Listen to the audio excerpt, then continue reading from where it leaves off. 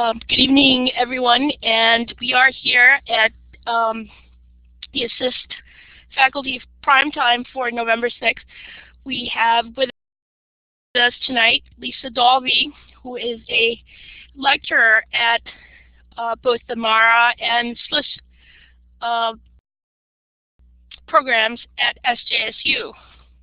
Lisa is going to be talking about an open discussion about electronic records management. She's got over 15 years of experience working as both an archivist and records management with the global financial services sector, and is currently pursuing a PhD in information technology. Her research interests focus on healthcare, consumer perception, and use of electronic personal health records, and we are thrilled to welcome Lisa tonight. We also are happy to have members of SAA at SJSU with us here tonight. We're hoping to that this event inaugurates a collaboration with SAA at SJSU that takes us through the rest of the year. And so we welcome members of the board and members of SAA to our talk tonight. And with that, take it away, Lisa. Hi, Lizette. That was a lovely introduction. Thank you. I'm so happy to be here, to be speaking with you all, and thank you very much for the invitation. I was so happy when I got it. So thank you, and I was so happy that it is potentially bringing the two student chapters together. So that's amazing. So thank you. So hello, everyone, and welcome. I am speaking to you today from Toronto, Ontario, Canada. And I don't know if you've been reading in the news, you know, CNN or BBC or even Jay Leno these last day or two. Our mayor in Toronto has been getting into a lot of trouble lately, and he's been I don't know if you've heard, but he's been a bit of a naughty boy. He's been caught being drunk and smoking crack and a whole bunch of other horrible things. So he's in the press. So I just want to do Toronto proud today and present a lecture to you. And so you don't think all Torontonians are like our crazy mayor this week. So thank you again for the introduction. So I just wanted to say that a lot of what I'm going to say today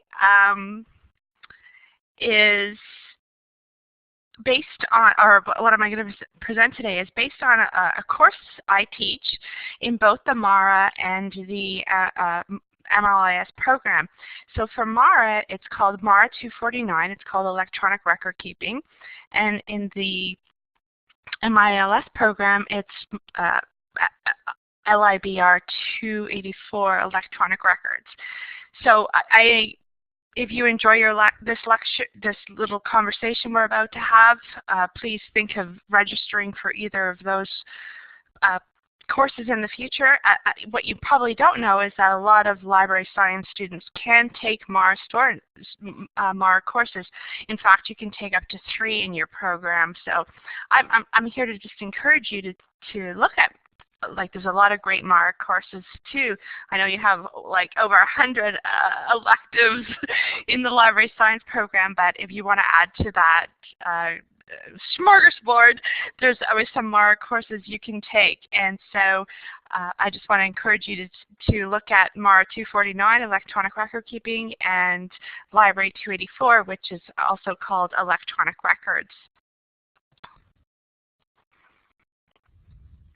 I always like to begin conversations with students just to give you a little bit of background information about my own career before we jump right into what I have planned to discuss with you tonight.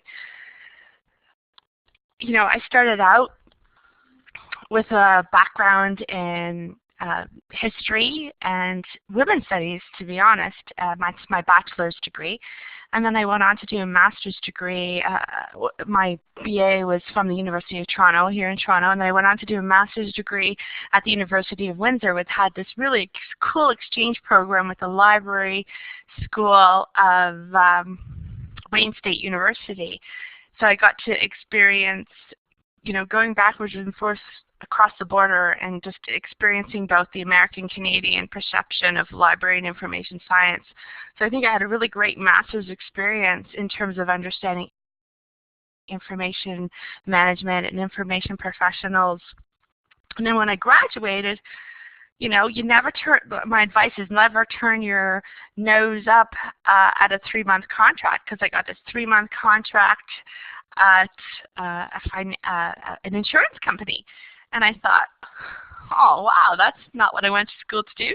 I have a women's studies background. I have a history background.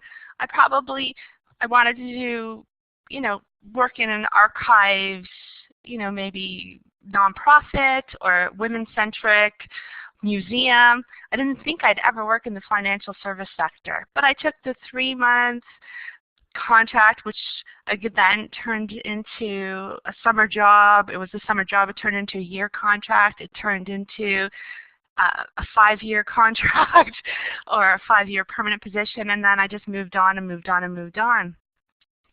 So although I didn't think that I would ever work in the financial industry as a records manager or an archivist in the corporate setting, I certainly am happy to share my experiences with you tonight. If you have any questions about my career path, what I've planned together, put together, is a little bit more of a discussion on just my thoughts about where the industry is going, but I'm happy to share my career path and how that all came to be, about moving from archives to records management, and then going into my PhD, because this is exactly what I love to do, is love to teach and love to be around students and those who are interested in this area. So I do want this to be informal. I have created an agenda just because that's my personality type, but this is absolutely, we don't have to stick to this. You can ask me questions, you can interrupt me, you can ask any questions, but I just thought if we needed to have some stuff to chat about, I thought I'd prepare. So this is our agenda, and I thought I would talk a little bit about the things that keep, electronic records management, obviously with all electronic technologies and tools, and I'm talking to the right audience here, I don't even probably need to say this, that the management of these tools and technologies comes with both challenges and opportunities. So I thought I'd pick the is that a word? The two top on my list, the 2 tools that are awesome in terms of what they're creating opportunities for organizations, cloud computing and social media. But they are also keeping people like me who are records management people and information management professionals in this field awake at night. And obviously the 2 major issues with these tools and technologies is privacy, information security, and e-discovery. But I didn't want to just leave you in the dumps. I did want to say that there may be some hope on the horizon on how to deal with these new tools and techniques, and we don't have all the answers, but I think our industry, those in the record keeping industry or information management industry, will know that we're constantly moving and constantly changing and constantly understanding that new tools and solutions are on the horizon. And our latest and greatest is this information governance framework that our industry is propagating. Again, so I'm speaking to the right group here. Digital growth, the digital universe. So just literally the advances in information and communication technologies have just fundamentally transformed how institutions communicate and administer and deliver information and services. So obviously this tremendous growth in the volume and complexity of data is just being fostered by the incorporation of digital technologies into our institutions if you're working in institutions. So I don't have to tell you this, but organizations are using social media. We've had email for years. There's databases. There's electronic office technology. So I'm talking about, Word, Excel, traditional office technologies. I'm talking about web resources. So just this increased pace of information exchange and technology change has just really created this digital universe that people in my position and information professionals and records managers and information technology professionals such as yourselves really do need to be concerned about. So there's an organization called IDC, and Google that, and I can provide a link for you after this session. But really, what IDC says is in their research, and they've been tracking research in digital growth, says by 2014 there'll be 4 trillion gigabytes of data in the digital universe, and that from today, and when they published their research it was 2012, from 2012 to 2020 the digital universe will double every 2 years.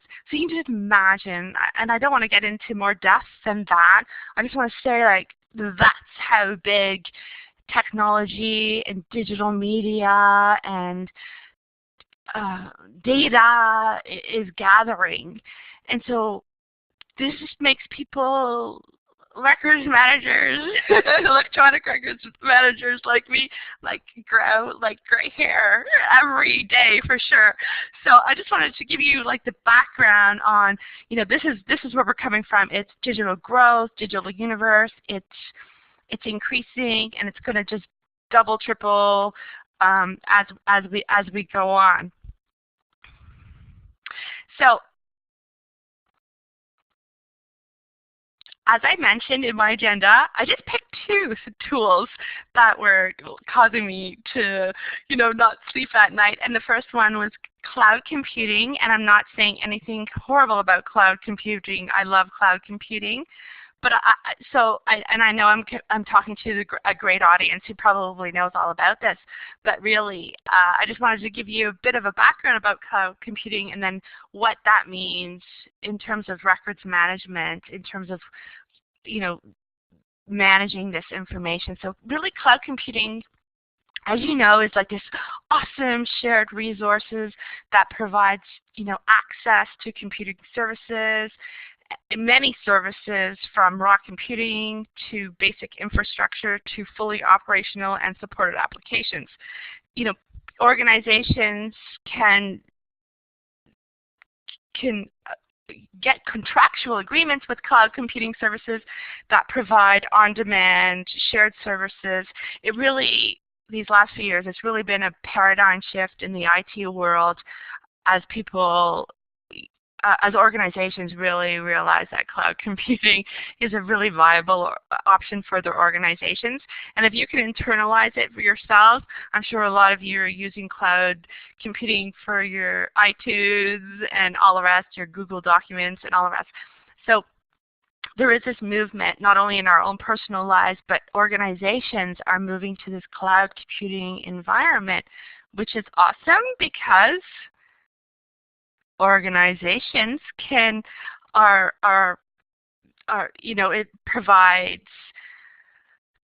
economies of scale, it matches computer needs to consumption, it's scalable for organization, it has cost savings for organizations, it's on demand, it's resource pooling, it's measured service. So you can see for an organization who don't want to spend, $2 million on a server, they could say, oh, I'm going to, get in with this cloud service provider. I'm just going to pay as I go, and wonderful. So, and I got that, and it's great. spot as a records manager and an information professional, and there are some concerns obviously that come about with that technology, and you just have to read the media to understand you know, some of these things are coming into the mass media domain. So obviously, because it's cloud, it's outside of an organization's institutional firewalls. So there has been stories of hacking and hijacking data and unauthorized access to data in the cloud. Obviously, privacy is a huge concern, especially if organizations are containing or storing client or employee personally identifiable information. So there's been breaches. Obviously, there's been information security breaches we've been concerned about. There's been loss of data where data has disappeared. There's been issues of custodial issues, like who owns what data. I put my data in the cloud. Do I own it now, or do you? There's been, you know, some legal issues about custody issues. Also, there's an issue of multi-tenancy in this shared environment. So if you know, Citibank is in the same cloud as Chase Manhattan, you know, is it okay that their data is commingled in the same environment? Because there is legislation that says people can't share certain different information with other financial institutions. That's just one example, and I'm sure across industries there will be others. And who are your neighbors in their environment? Could you be in a cloud and then, I'm just going to use a worst case scenario, like a terrorist organization upload their information to a cloud, and then that information, that cloud becomes compromised, and then all that information in the cloud gets subpoenaed. You know, I'm just thinking like worst case scenario. Who are your neighbors in the cloud? You don't have any control over that. So again, these are concerns from a records management, information management perspective. And also what a lot of people don't think about is, you know, worst case scenario, what if you need to get your information out of there? Is there a migration strategy? A lot of cloud service providers can't really, without extreme cost to organizations, get their information out of the cloud. So these are just some, I know it's awesome. As I mentioned in the previous slide, it's a really great service, but these are some concerns from a records management perspective.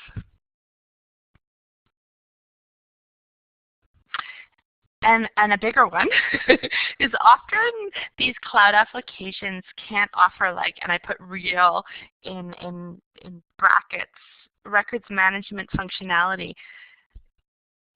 Cloud applications really do have a weakness when it really relates to records management functionality, and that when we talk about records management functionality, we really just are concerned about general data management concerns, and that is really,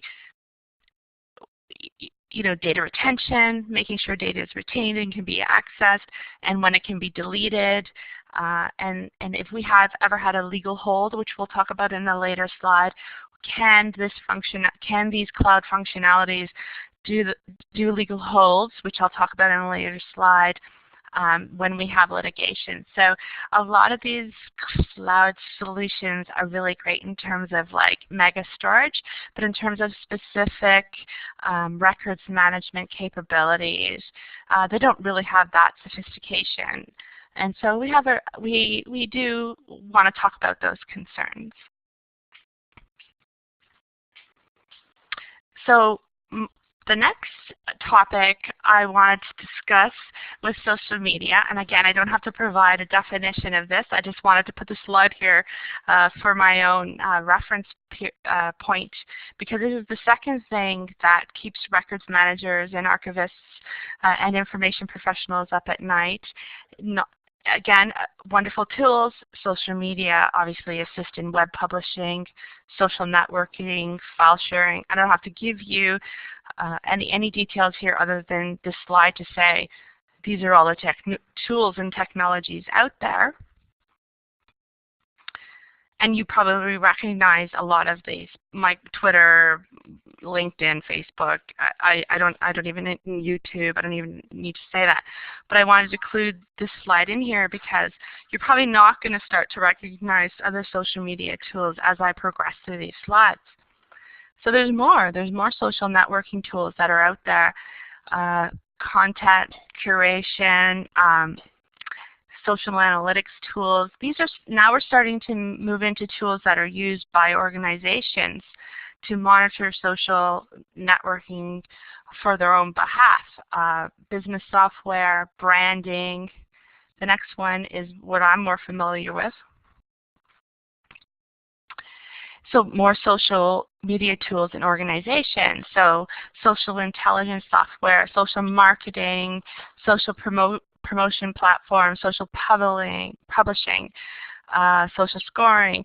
So these are the things that might not sound familiar to you now that because you're not potentially working in an organization that uses social media tools. And so I just wanted to show those slides as a progression, is that, when we think of social media, it's just we think Twitter, Facebook, LinkedIn, YouTube. But as working within an organization, as I do, there's also these other tools that we have to, as records managers, information managers, we have to be concerned about. So again, these are all fantastic tools in terms of doing social scoring and marketing and management. But then again, from a records manager's perspective, we need to understand, really have a deep dive understanding of these tools, because obviously all of these tools carry information, and again, we may have some concerns about that.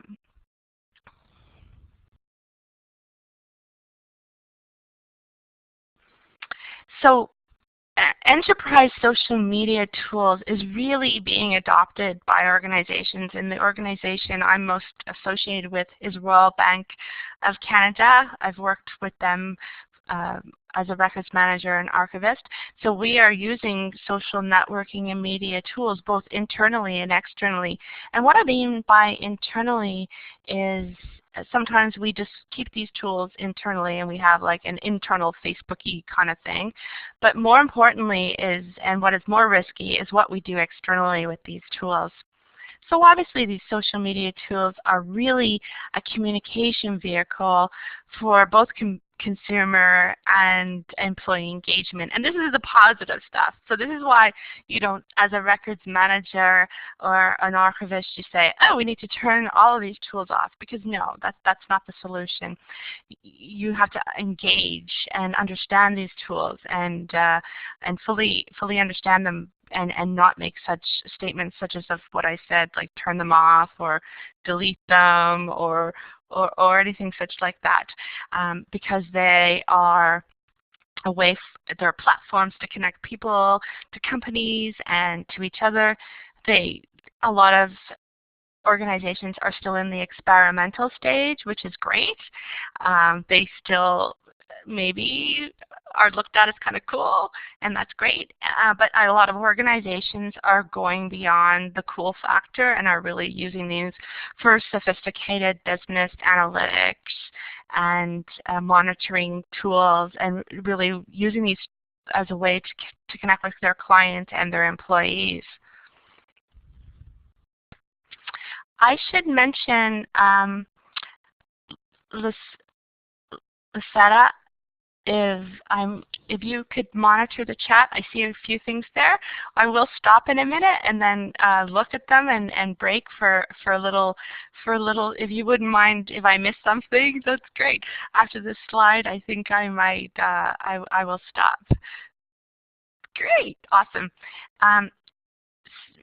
So, as I mentioned, when I say people using this cool and beyond, I really do mean beyond, because a lot of these tools are helping organizations, business organizations, use statistical analysis of these social media tools to adopt, understand reflection rates, adoption rates of their products, and areas of content interest. Again, social media tools help feed metrics to chart out progress and effectiveness of products and ideas. Again, I'm probably not telling you something you already know. I just want to reiterate that these tools are amazing and wonderful. And as an aside, they can help attract and retain employees. I know where I work, there's a lot of newer employees who don't even have desktops or desks or PCs. They just walk around with their laptops and tablets, and that's cool too to see that. So that's amazing. So I say all that, of course, to say that as a records manager and information professionals, we have some concerns about these tools. And so with all good things, potentially, there's some drawbacks to some of these tools we have in organizations. So obviously social media tools, they can be used wrongly by employees. And there could be a negative post posted by accident or purposely. So there could be a negative impact on the company's brand or reputation if these unscreened posts get posted on an external social media tool. Again, it can hurt the image and brand, which is a huge risk. Again, a lot of companies don't have no clear distinction between business and personal use of social media. And a big one for me is employees can inadvertently, in casual conversations, be exposing information that's not meant for public consumption from their own organization. And as always, there's going to be privacy and information risks. And again, I put that in bold because I almost sound like a broken record when it comes to privacy and information security. So that's again, with all these tools, that's usually the biggest risk.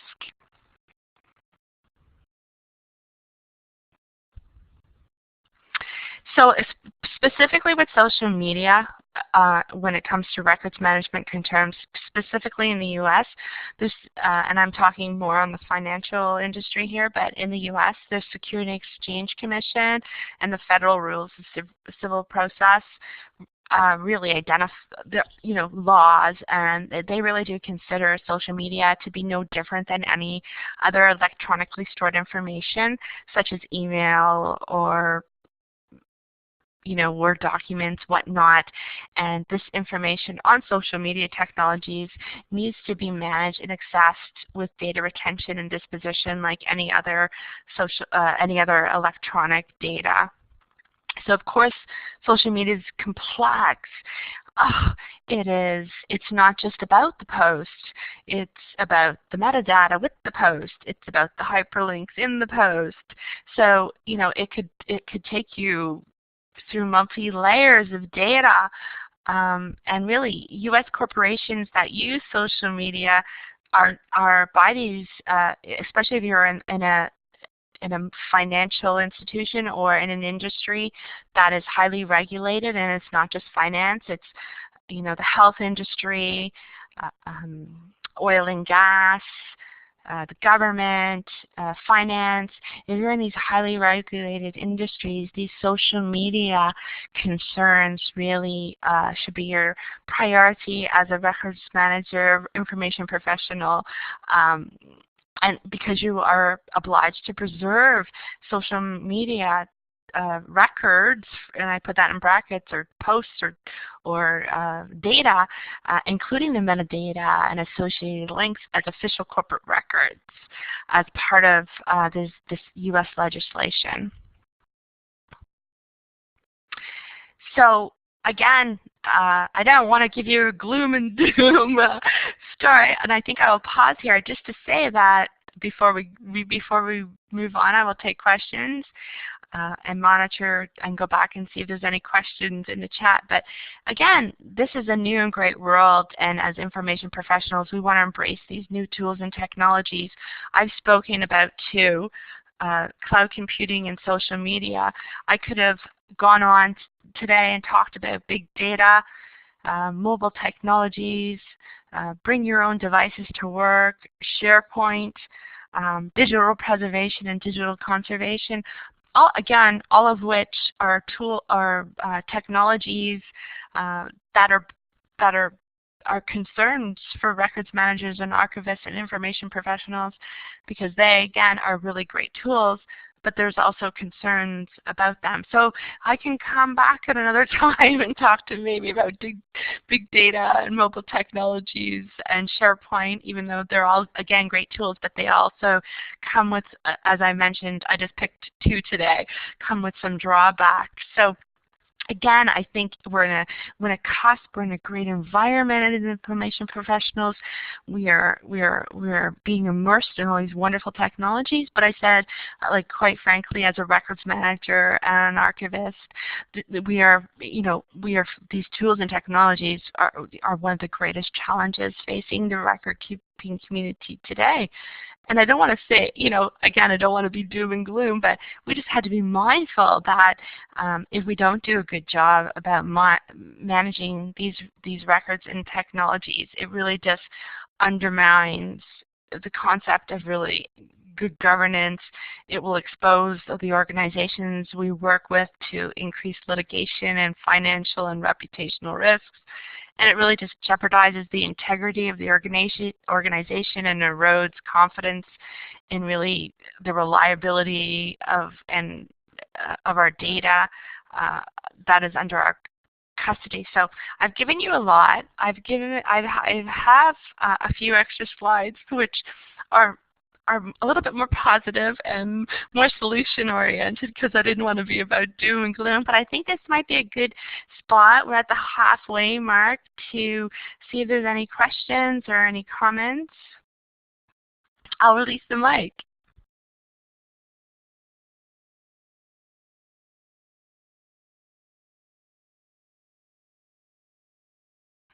Did anyone want to voice their comment? I see some students, some people in this room are working. I'm absolutely open to comments or feedback on what your place is doing happily.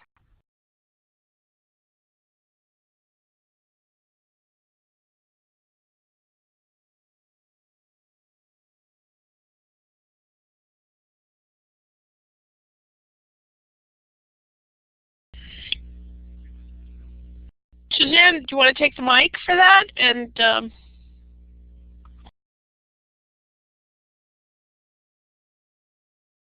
or maybe Lisa just wants to respond to Suzanne's question. Suzanne is wondering, she says that there are some social media platforms that are inherently more risky than others from a record management perspective. She's asking whether that's the case.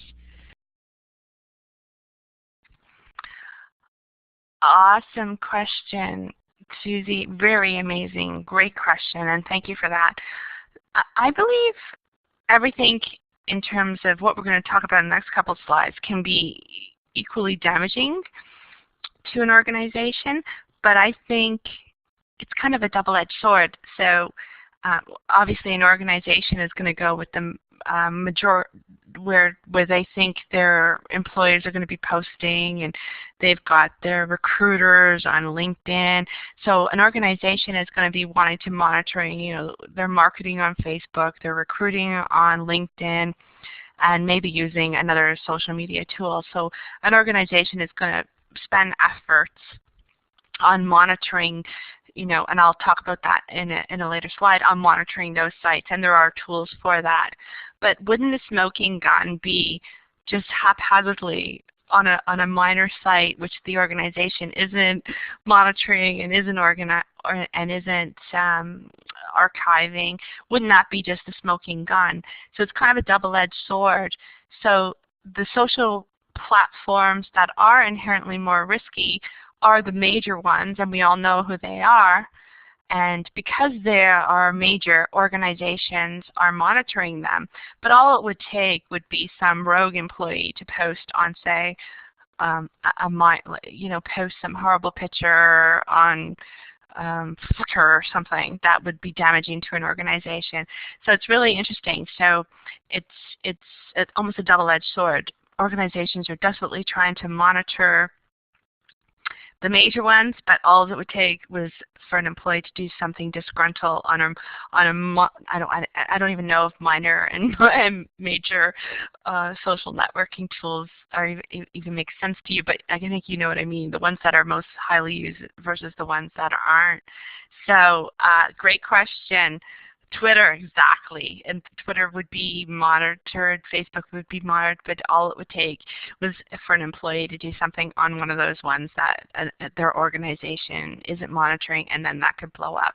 So great question. So again, this is all a new world and all a new domain, and I guess we're all struggling through it. So if there's no other questions, I'll just go with the next few slides.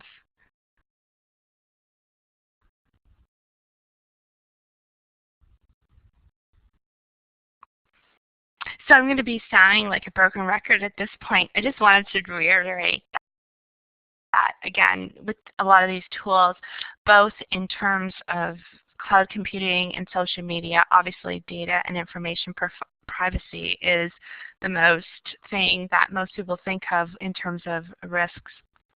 And organizations, both public and private, really, this is their thing. If they're going to be in this space, they must proactively manage and protect information on behalf of their clients, their citizens, their employees, their students, their patients, shareholders, etc. And I teach in this domain, and we have a weekly open discussion, records in the news. We call it electronic records in the news. And every week a student comes with a story, and most, 9 times out of 10, it's about a information security breach or information privacy breach. So that means this is in the news every week. If the students are coming to me, or as part of their assignment, their weekly assignment, we just have this informal, discussion post. But we hear these stories literally every week. So this is a serious concern. So really, if you're in this space, and my message really is organizations need to be able to ensure that information is safeguarded and used only for the purposes for which it's obtained. And that's another part about, a lot of people think about privacy. They think about, oh, it's being disclosed on the web and some creepy hacker got my information. But sometimes organizations themselves are retaining information about yourself and gaining information about yourself, and then using it in not ways that you have given them permission to use it. So you might have said, I want to, open this bank account, but I don't want you to be contacting me about investments. I don't want you to contact me about insurance products. I don't want you to contact me about car insurance. I just want to open this bank account. And that's your right as when you're giving an organization your personal information. That's your right to be able to say how you want it to be used. So if a financial institution then came back and tried to sell you car insurance or an investment product, you could say, hello, that's a breach of my personal information. I said I didn't want my personal information shared across other domains of your financial institution. That's a financial institution example because I work in that world. But as you can imagine, there's other, and that would never happen. Well, it might, but it would never. I think it happens in more less regulated environments. Music, downloading, all the rest. But you have to really be careful about how, when you're in social media, how this information is your privacy. And how data is shared and disclosed.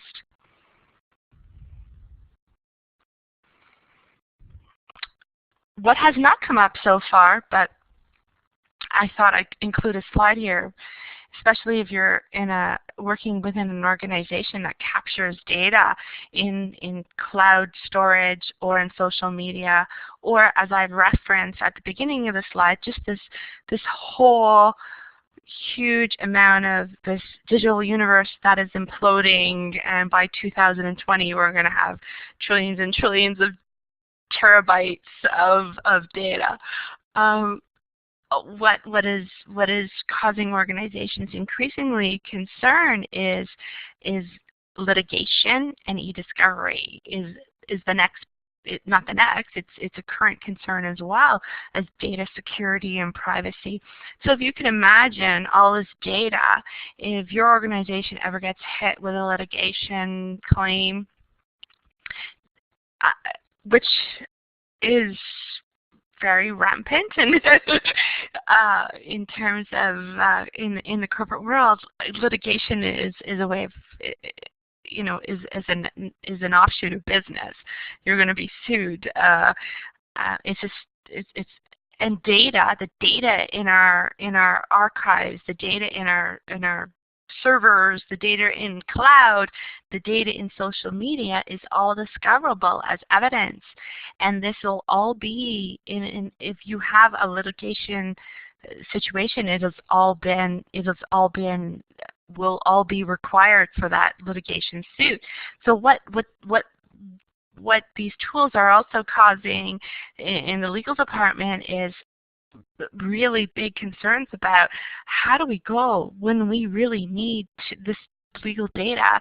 What information do we have, and where the heck is it, in order to really comply with these e-discovery requests?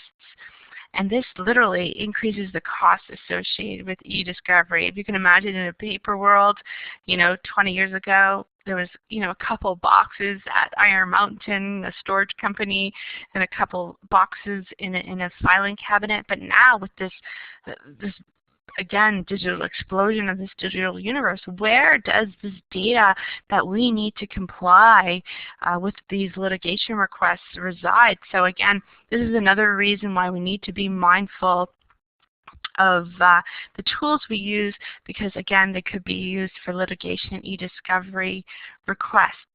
And as I mentioned, if you are working for an organization and your organization has been giving notice and learns of a potential or foreseeable litigation or government investigation or audit, they really have a legal duty to preserve all relevant information. Even if it's up for record destruction according to your retention schedule, it has to be preserved and held. It's called a legal hold. And so this really becomes really difficult if you're in the cloud, or if you've got social media and the data is not really accessible. And essentially there's really absolutely no authority that would allow you to destroy that data. And there's a legal term called spoliation. So if your information was in the cloud and it got destroyed, or it wasn't a social media tool and it got deleted by an employee, there's some really serious fines that come about with that, and it's called spoliation.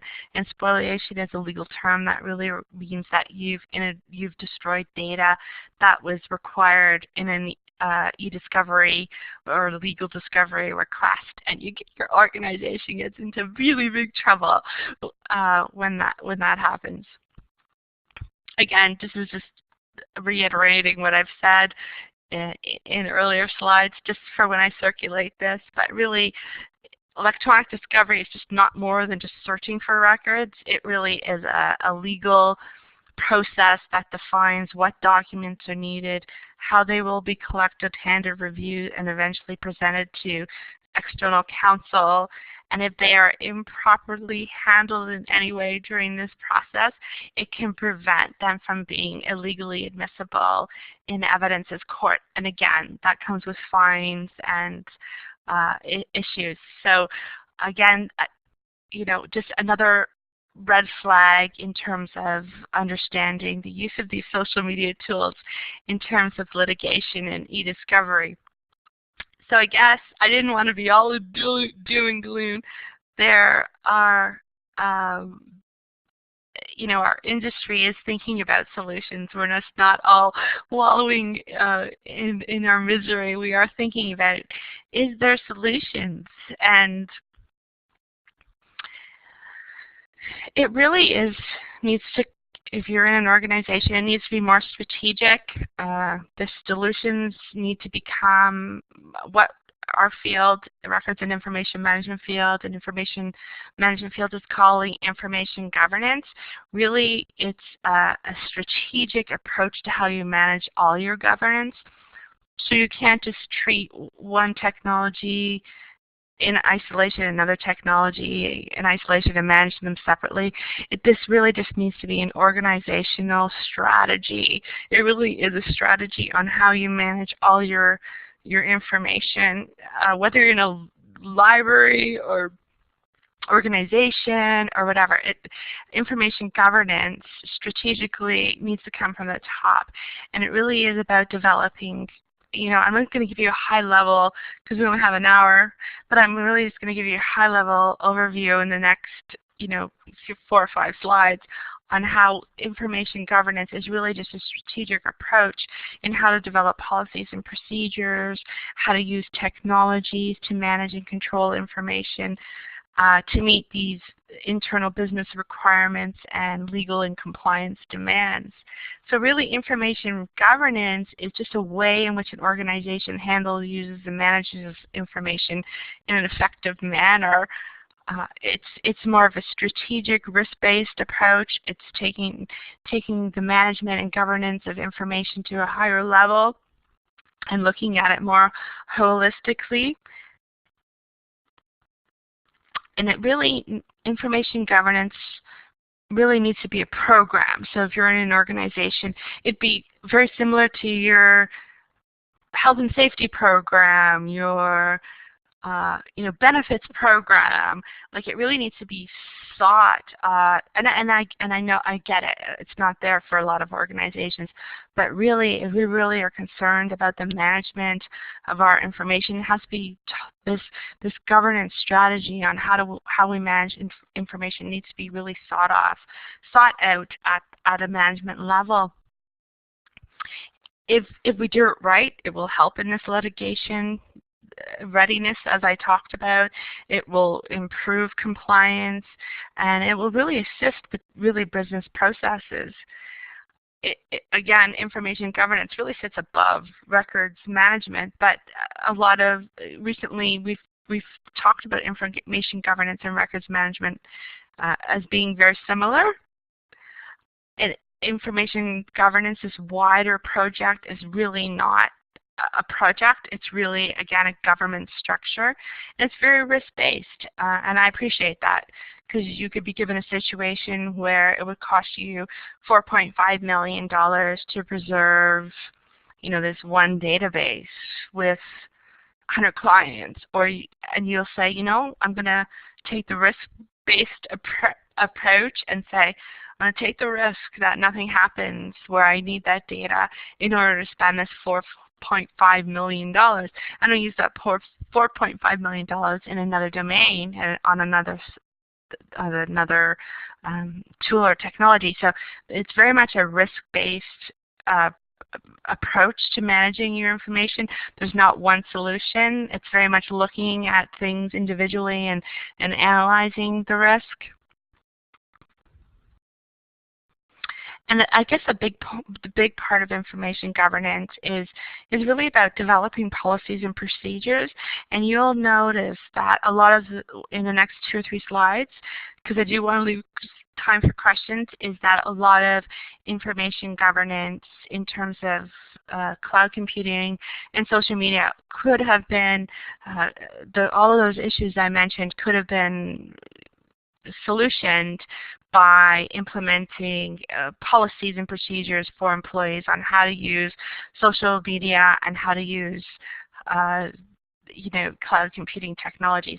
So a lot of this is, again, governance, and a lot of governance comes from policy and procedure development. And again, as a records and information management professional, you absolutely never do this on your own. No, no, no. You're you're an expert for sure as a information professional, but if you're going to do this holistic thing for your organization, you need a team of sponsors with a senior level support, but you need help from law, information security, IT, audit, and again, as I mentioned, risk management, your privacy colleagues, records management, and of course your archives, compliance department, as well as your business users and the operational side of things. So you'll never go into a program like this on your own. You will always have a committee or a governance structure where all this comes together, and it will never go far unless you have senior management support for this. So again, just to quickly go through information governance before I did want to give some time for questions. Really, information governance is how an organization maintains security and complies with the laws and regulations we mentioned. And then there's ethical standards, again, when managing information.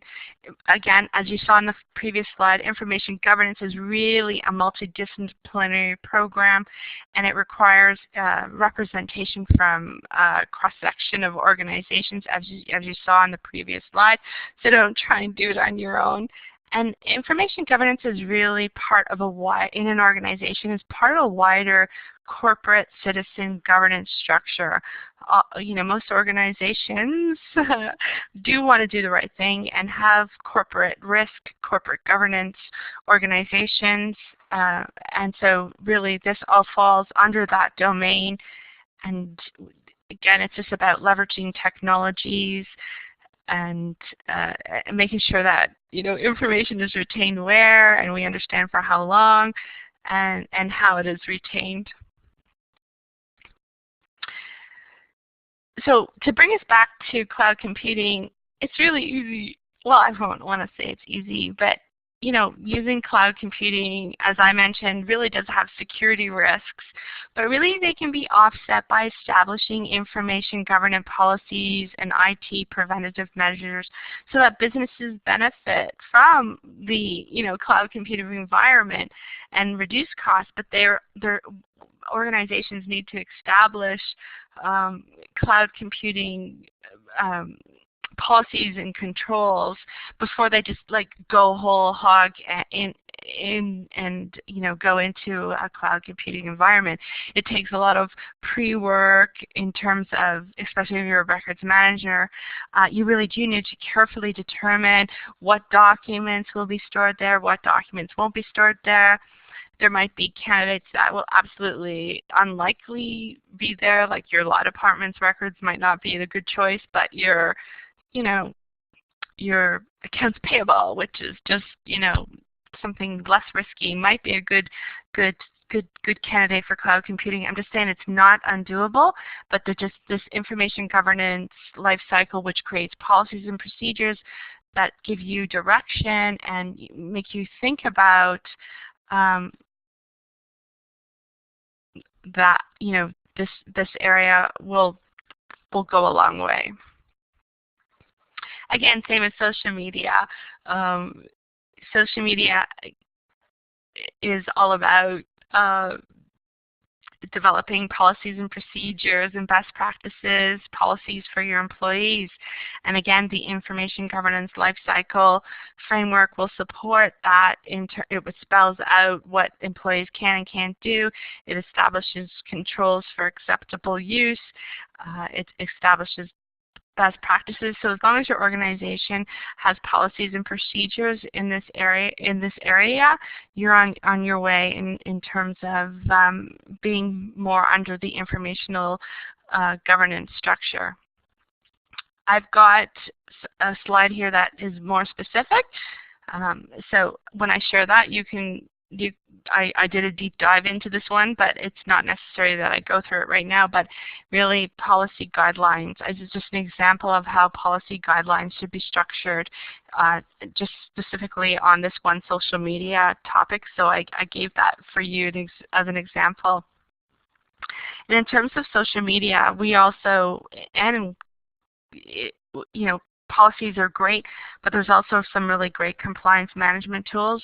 Enterprise social media software has, the consumer market has great tools that monitor Facebook, and they have become, available for organizations. I've recently worked with one called Hearsay that monitors our employee use of LinkedIn, especially the recruiters. So there are various tools and technologies that are becoming available that will archive these tools for organizations, and so they should really be looking at these tools that will monitor potentially discoverable social media data in real time. And it just really helps you be in compliance as an organization if not only from an information governance perspective that you develop policies and procedures on use, but you also invest in the tools and technologies, and they are out there.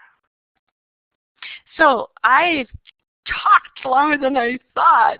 I'm almost to the hour, so I'll see if there's any questions. Thank you. If there are any questions, you can feel free to raise your hand and use the mic, or you can type them in the chat room.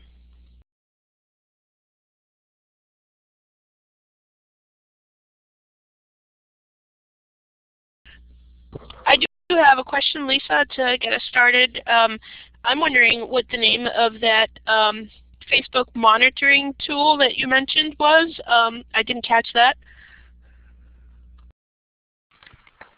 So the one I recently saw demoed and we purchased at Royal Bank, it was called Hearsay, like Hearsay, I believe. And so it's a really cool tool for if you've got recruiters or marketing people promoting things on social media tools. So you're promoting your organization on Facebook, say, like me and vote. Do you want to paint your house green today? If so, you will need a new mortgage. Like this, that sort of stuff. I don't know. And the recruiters internally at my organization are using LinkedIn to recruit. And so Hearsay technology will monitor. They have to have an approved account, but they go through this tool, and so the organization can monitor their activity on Facebook and social media and LinkedIn because they're an employee, and that's the way it is. So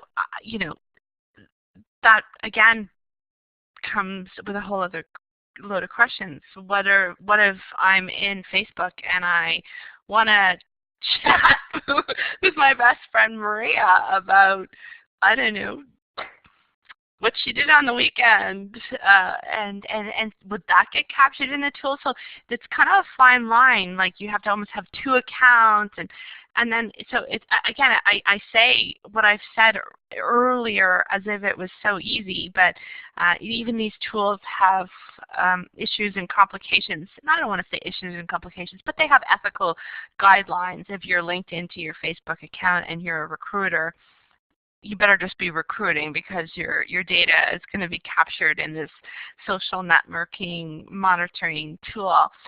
Or do you have then another account and you better not be in your other account recruiting because you should be in your recruiting Facebook account for monitoring purposes. So again, it's all interesting, and it's a new world. And like I said, I've spilled my guts a little bit in terms of what's good and what's the current state. And I don't know if we have all the answers, but it's good as records managers and archivists and yourselves as information professionals. What is important is that we know the issues. We might not have all the answers, but I love to tell people that is, yeah, just be aware of the issues. We may not have the answers. We're all working through this together. A really good analogy is one time when I was struggling as a student myself, I had a professor say, get over it. It's the web. I was struggling about how do we preserve the web, and he said, when the book was first published, it didn't have page numbers. It didn't have a table of contents, it didn't have an index, it didn't have this, it didn't have that. But as we progressed as a field and as a discipline, it all comes kind of into play. I don't want to project that we're all going to get it right, because I think technology is going to, be speedier than the book. But I just want to say it's good. We don't have to have the answers. We just need to know the issues, and we all have to be, working together. So I hope I answered your question. Yes, definitely. And I think it's awesome. It sounds like the field is really growing exponentially quickly, just the technology-driven progress. And I think for students in the program, those insights come with questions about, well, what can we do to prepare for these careers? And Steph actually has a question. She's wondering, apart from Library 284 and the LIS program, which are the archives and records management related classes, she's wondering which courses or skills would best help students focus, would be best for students to focus on if they're interested in a career in archives and electronic records management. Wow, another fantastic question, Steph. Amazing. And, I'm a hiring manager in my role at Royal Bank of Canada, and the last time I hired, I really had difficulty in finding someone with what in my conceptually I had in my head. I wanted someone with an MLIS, as you can imagine, and in that MLIS I would have asked questions. Did you have archives or records, and some sort of industry knowledge. If you had some banking knowledge, that would have been great. And absolutely, that candidate did not come across my table for some reason.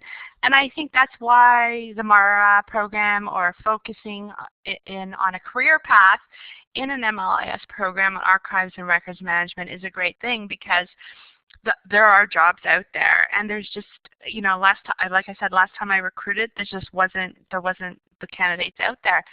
What I ended up hiring was someone with an MBA who I sent on, complete ARMA and records management training, and I thought, if I can't teach someone about records management as an instructor in this program, I'm in trouble. So because again, there was just not that perfect candidate out there, I had to hire someone with an MBA, which I mean, she's awesome and she's done really well and super smart.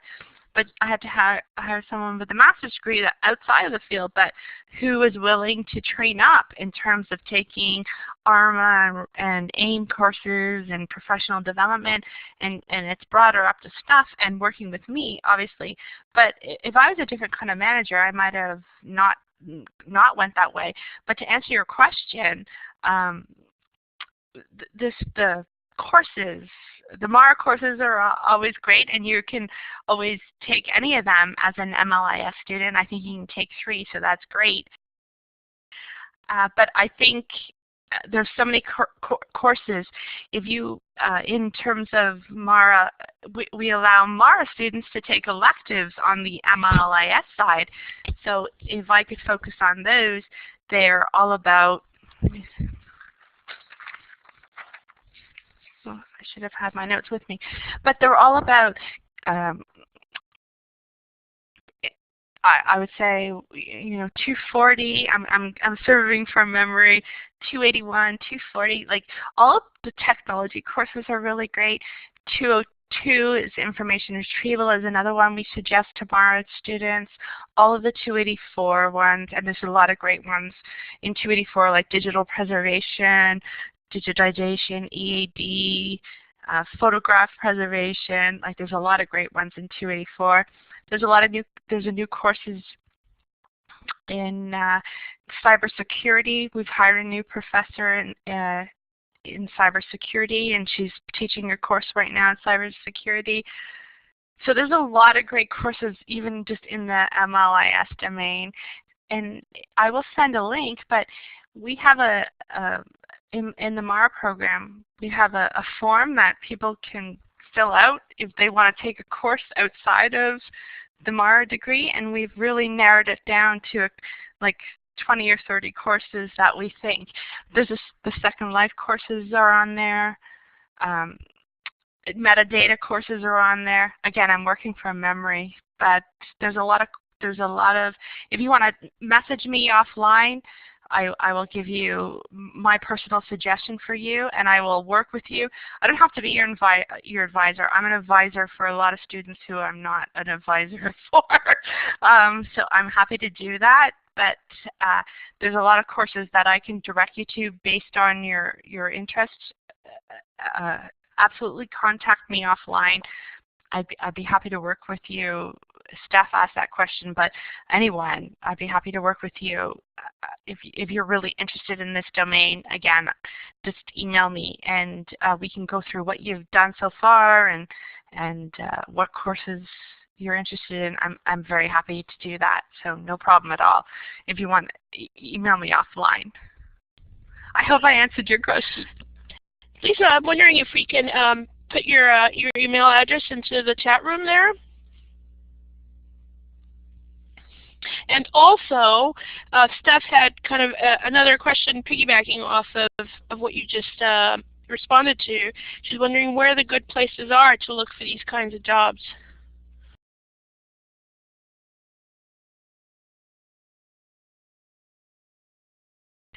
And I think we have another question lined up after Amy, but since it's getting a little bit late after Amy, folks, if you have any questions, type them in quickly, and then we'll wrap up after the next one or two questions, I think, just to give Lisa a chance to rest. Awesome. And if you have any follow-up questions, please just contact me. I just put my email in there, and I'm also formally on the the faculty email system, so if you look me up in D2L, I'll show up too.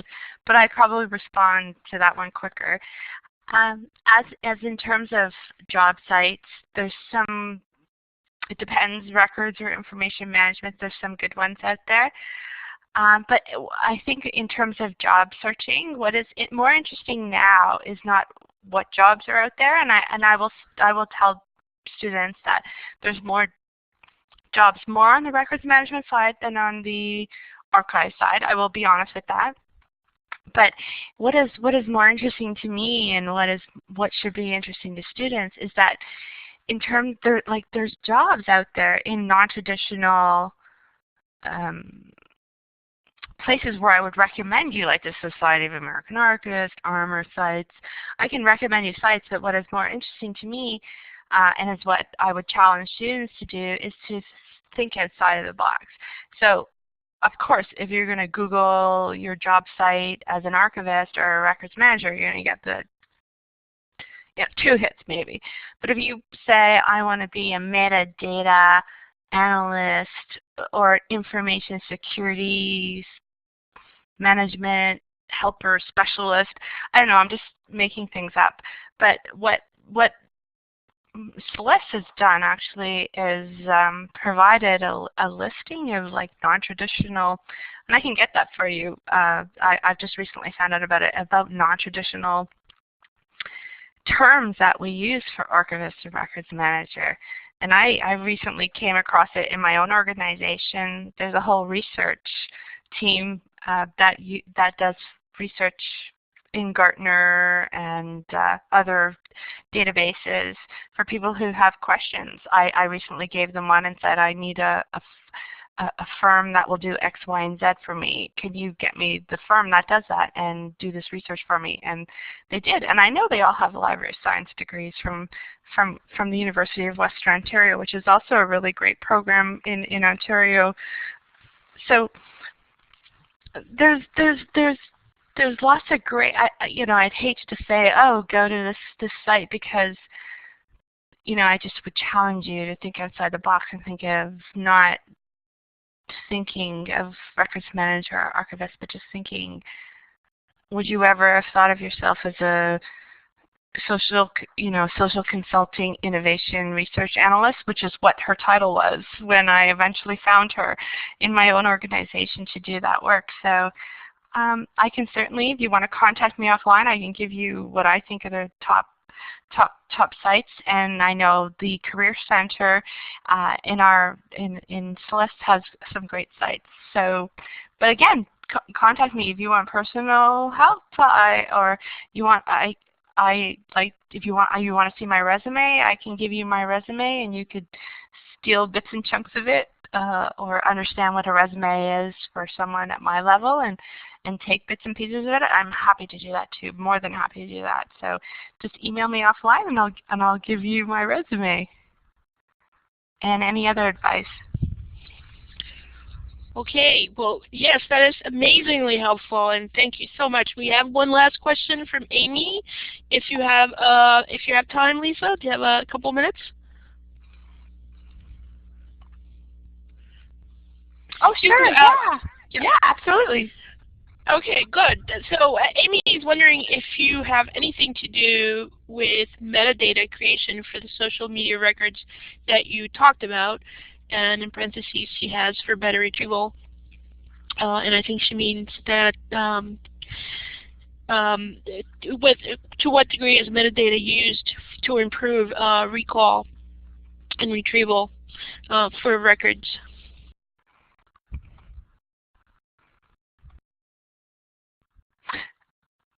Again, amazing question, Amy, and if you want to chat with me offline, that'd be great too.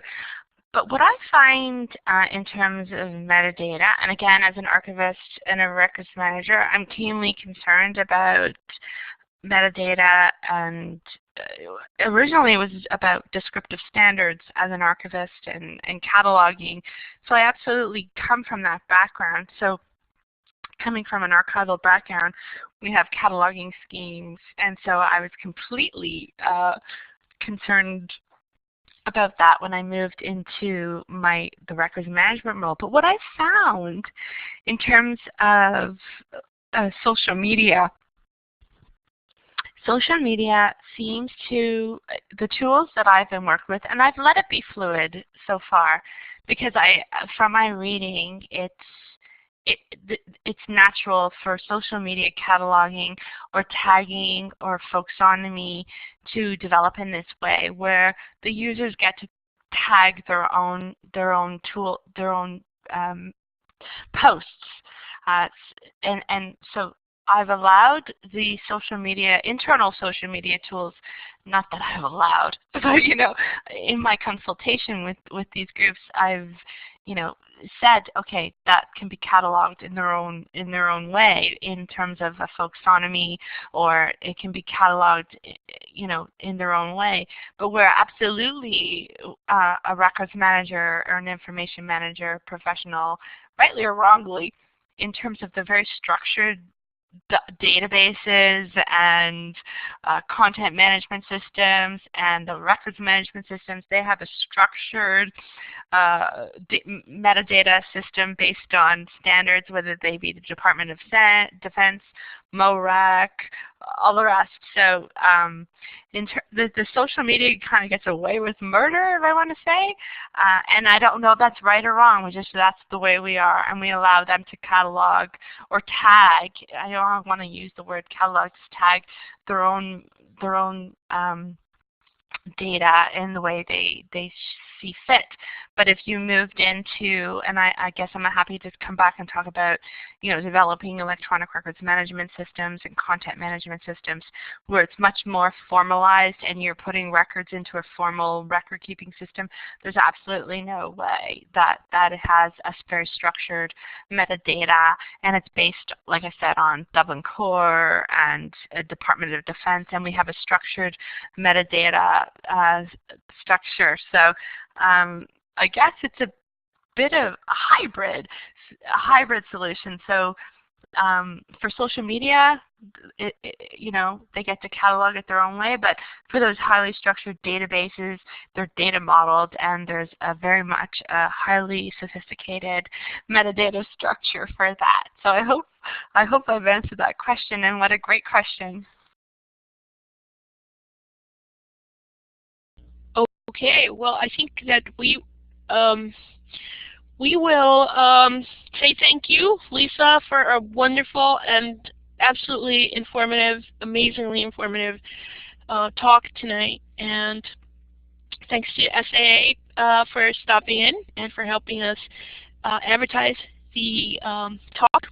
And we will see you all at the next Faculty Prime Time.